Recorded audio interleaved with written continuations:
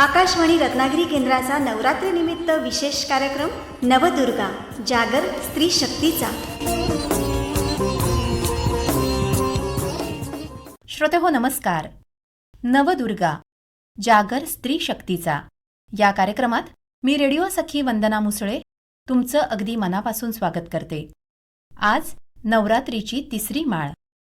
श्रोतेहो, कौशल्याधारित शिक्षण हा जगणं समर्थ करणारा विचार घेऊन दापोली तालुक्यातल्या चिखलगाव आणि आजूबाजूच्या सुमारे 46 गावांमध्ये लोकसाधना चळवळ राबवणाऱ्या मराठी लेखिका, शिक्षणतज्ज्ञ आणि समाजसेविका रेणू दांडेकर मॅडम आजच्या आपल्या दुर्गा आहेत.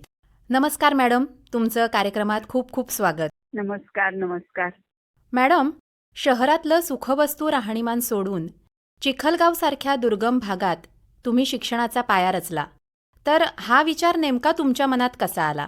खरं म्हणजे मी कॉलेजला असल्यापासूनच असं मनामध्ये होतं की आपण कुठेतरी खेड्यात जाऊन काम करायचं. पण तसं म्हणलं तर हे फारच स्वप्नाळू होतं, म्हणजे याच्यामध्ये वास्तव काहीच नव्हतं. आणि मी मूळ वाईची, मग पुण्याला शिक्षण झालं. मग तिथून मी जी गेले ती मराठवाड्यामध्ये गेले. पीपल्स कॉलेजमध्ये मी प्राध्यापक होते. नरहर कुरुंदकर प्राचार्य होते. आणि तिथली सगळी खेडी पाहताना आपण कुठेतरी खेड्यात जायचं. कुठल्या खेड्यात जायचं हे काही ठरलेलं नव्हतं. पण मग माझ्या नवऱ्याला पण असंच काम करायचं होतं आणि तो कोकणातला. आणि मग आम्ही चिखलगावला आलो. अरे वा. आणि मगाशी तुम्ही म्हणालात तसं हा स्वप्नाळू विचार होता. आणि हे जे स्वप्न होतं तुमचं की चाकोरीच्या बाहेर जाऊन काहीतरी वेगळं शिक्षण मुलांना द्यायचंय, तर तुमचं हे स्वप्न तुम्ही कसं साकार केलं?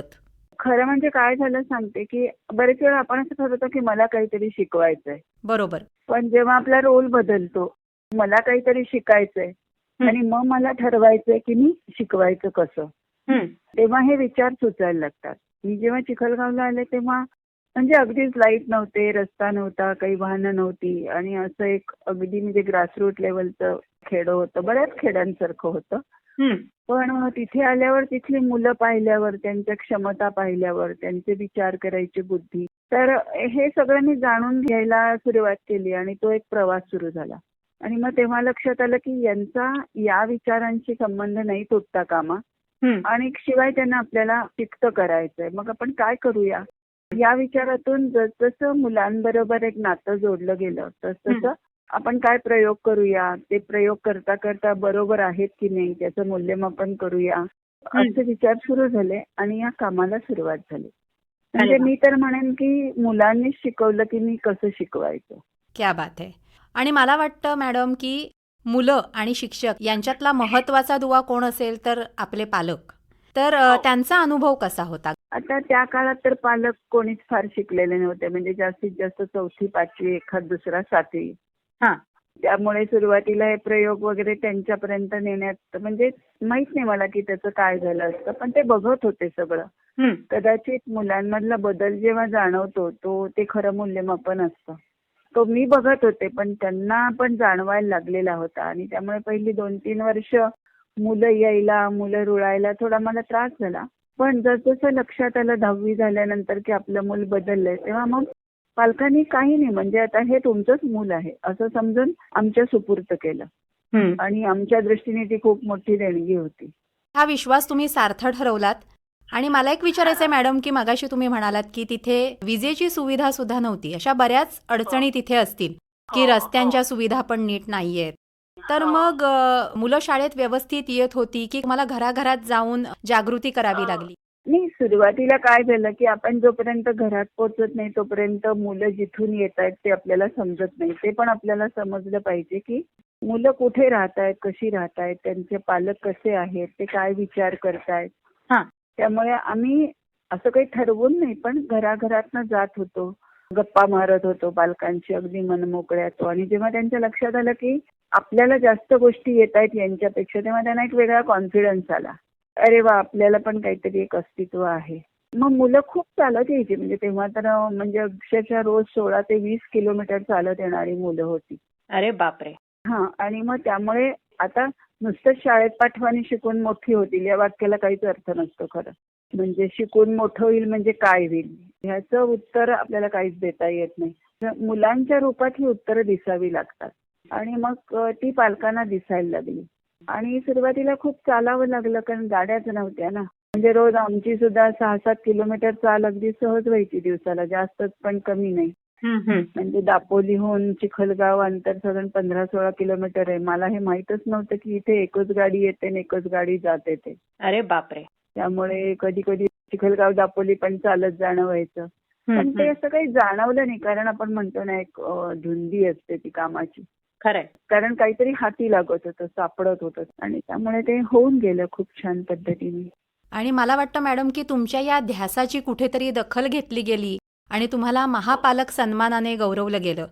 हो. आणि कायमच तुम्ही मुलांमधलं कौशल्य ओळखून त्यांना कसं वेगळं देता येईल याचा तुम्ही कायम अवलंब तुमच्या शिक्षण पद्धतीत केला. पण अलीकडे आपण बघतो की शिक्षण पद्धतीत अनेक बदल झालेले आहेत. तर याकडे तुम्ही एक शिक्षक म्हणून कसं बघता? गंमत अशी आहे की म्हणजे बदल होणं हे काळाचं महत्वाचं लक्षण आहे. आणि जो बदल होतोय तो चांगला वाईट असं न म्हणता आधी आपल्याला तो स्वीकारला पाहिजे आणि मग आपल्याला त्याच्यात काय करता येईल याचा विचार केला पाहिजे. खरंय. तर त्यामुळे ते बदल आपण आधी समजून घेत होतो आणि अगदी असे जाणवत होते बदल. म्हणजे 5 वर्षांनी 10 वर्षांनी नंतर तर इतका वेग आला की अक्षरशः 3-4 वर्षांनी सगळं बदलायला लागलेलं होतं. बरोबर. पण तरी सुद्धा काही गोष्टी अशा आहेत की ज्या बदलत नाहीत. म्हणजे मूल्य असतील ती जगण्याला खूप उपयोगी पडतात आणि मग त्याच्यासाठी आवश्यक असणारं वाचन असेल, त्याच्यासाठी पाठ्यपुस्तकं असतील, त्याच्यासाठी शाळेतले उपक्रम असतील, हे तसेच्या तसे चाकोरीबद्ध न करता प्रत्येक वेळेस त्याच्यामध्ये काय बदल करता येईल हे आम्ही पाहत होतो. आणि त्या दृष्टीने म्हणजे अभ्यासाचे अभ्यासपूरक, अभ्यासेतर असं टेक्निकल भाषेत सांगायचं तर त्यांचं स्वरूप होतं.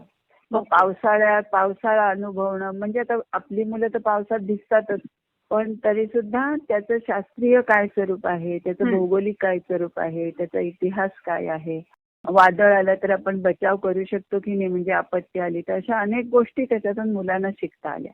बरोबर. आणि मग आमच्या असं लक्षात आलं की जेव्हा 20-25 वर्षांनी शाळेतलं मूल भेटत होतं तेव्हा त्यांच्या लक्षामध्ये हे सगळे उपक्रम होते. अरे वा. म्हणजे ते त्यांच्या मुलांना घडवताना पण त्यातलं काही देऊ शकत होते. म्हणजे नुसतं पुस्तक आधारित शिक्षण न देता मुलांना वर्तमान काळात आपण ज्या गोष्टी अनुभवतोय त्याच्याबद्दलचं ज्ञान तुम्ही कायम दिलत. हो हो. पण मला एक सांगा मॅडम की तुमच्या साथीदाराची तुम्हाला समर्थ साथ होतीच, पण याबरोबर आणखी तुम्हाला कोणाकोणाची साथ लाभली या कार्यामध्ये? आता खरं सांगायचं तर एकटी रेणू दांडेकर काहीच करू शकत नाही. बरोबर. आमचं एक खूप छान टीमवर्क होतं. म्हणजे सुदैवानी म्हणा की सगळे नवीन आलेले लोक जे माझे सगळे सहकारी होते ते पहिल्यांदाच इथे कामाला लागलो. आणि त्यामुळे सगळ्यांचीच पाटी कोरी होती आणि सगळ्यांनाच नव्याने अक्षरं लिहायची होती. त्यामुळे मजा आली. म्हणजे आम्ही सगळ्यांच्या विचारातून, मुलांच्या विचारातून हे सगळं पुढे जात होतो. म्हणजे आपण हा शब्द शिक्षणात कायम वापरतो की आम्ही हा उपक्रम राबवला. तर मला या शब्दाचं खूप वाईट वाटतं. म्हणजे कारण जेव्हा राबवतो आपण एखादी गोष्ट तेव्हा एक जण राबवणारा असतो आणि एक जण राबणारा असतो. खरंय खरंय. तर ही गुलामगिरी नाही असता तर खऱ्या अर्थाने शिक्षणामध्ये लोकशाही असली पाहिजे. तर मग त्याचा ताण नाही येत कोणाला. नक्कीच नक्कीच. बरं मला सांगा की हल्ली आपण बघतो की प्रत्येक शाळांमधून पाठ्यपुस्तकांच्या शिक्षणाव्यतिरिक्त मुलांना प्रकल्प दिले जातात. तर हे प्रकल्प मुलांपेक्षा पालकांचेच जास्त आहेत की काय असं आता भासायला लागलंय. तर त्याविषयी तुम्ही काय सांगाल? म्हणजे या प्रकल्पांकडे काय म्हणून बघितलं जातं, त्या प्रकल्प कशासाठी याचाच विचार होत नाही किंवा झाला तर तो अंमलात येत नाही. खरंय. प्रकल्प हे पूरक आहेत.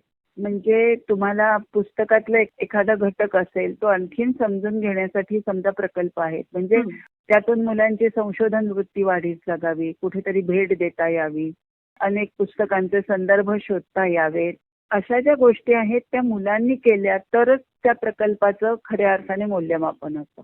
खरंय. पण आज स्पर्धा म्हणून जेव्हा प्रकल्पांकडे पाहिलं जातं की माझ्या मुलाला प्रकल्पात ग्रेड कोणती, मग ती स्पर्धा मुलांची न राहता पालकांची होते. मुलांनी केलेली एखादी मांडणी आहे असं होत नाही. तर पालक आणि नुसते पालक पण करत नाही, पालक कोणाकडनं तरी करून घेतात. हो ना.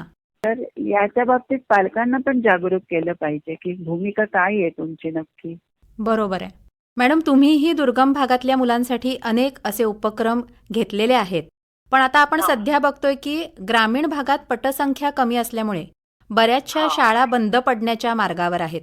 तर या दूर चाललेल्या शिक्षणाबद्दल तुम्हाला काय वाटतं?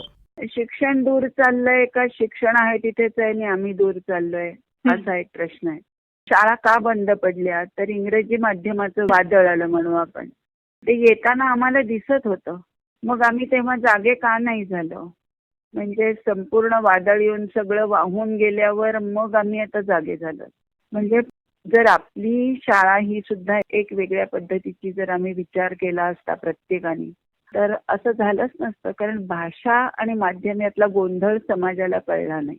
म्हणजे इंग्रजी किंवा कुठल्याही भाषेला विरोध कशाला असेल ना, असताच कामा नये. पण माध्यम म्हणजे जिथे मराठी सुद्धा मुलांना नीट लिहायला, बोलायला, वाचायला अडचण येते, तिथे एकदम तुम्ही तुमचं माध्यम ते नसताना जर तुम्ही ते शिकवायला गेलात तर कसं काय होईल ना. म्हणजे बरोबर. पण तरी आज ते वेळ आहे, त्यामुळे शाळा ओस पडल्या.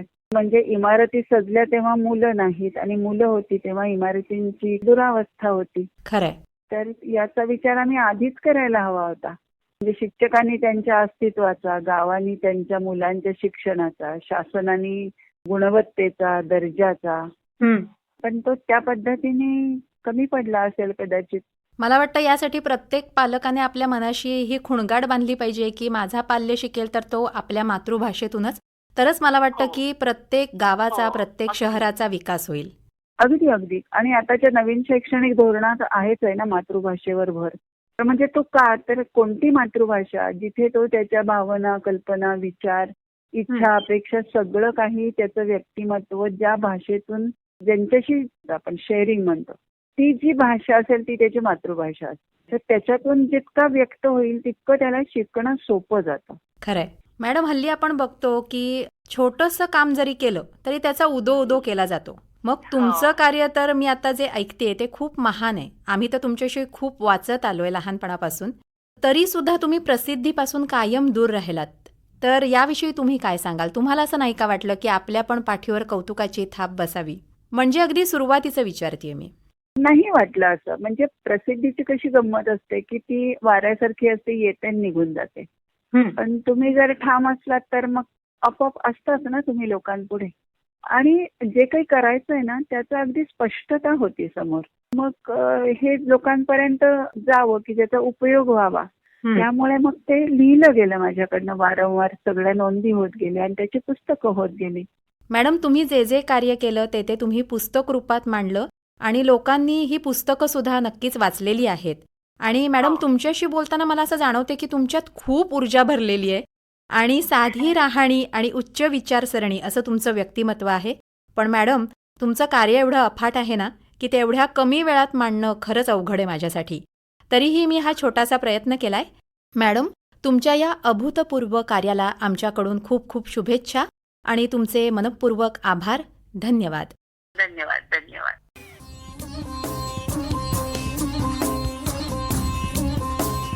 आकाशवाणी रत्नागिरी केंद्राचा नवरात्रीनिमित्त विशेष कार्यक्रम नवदुर्गा जागर स्त्री शक्तीचा.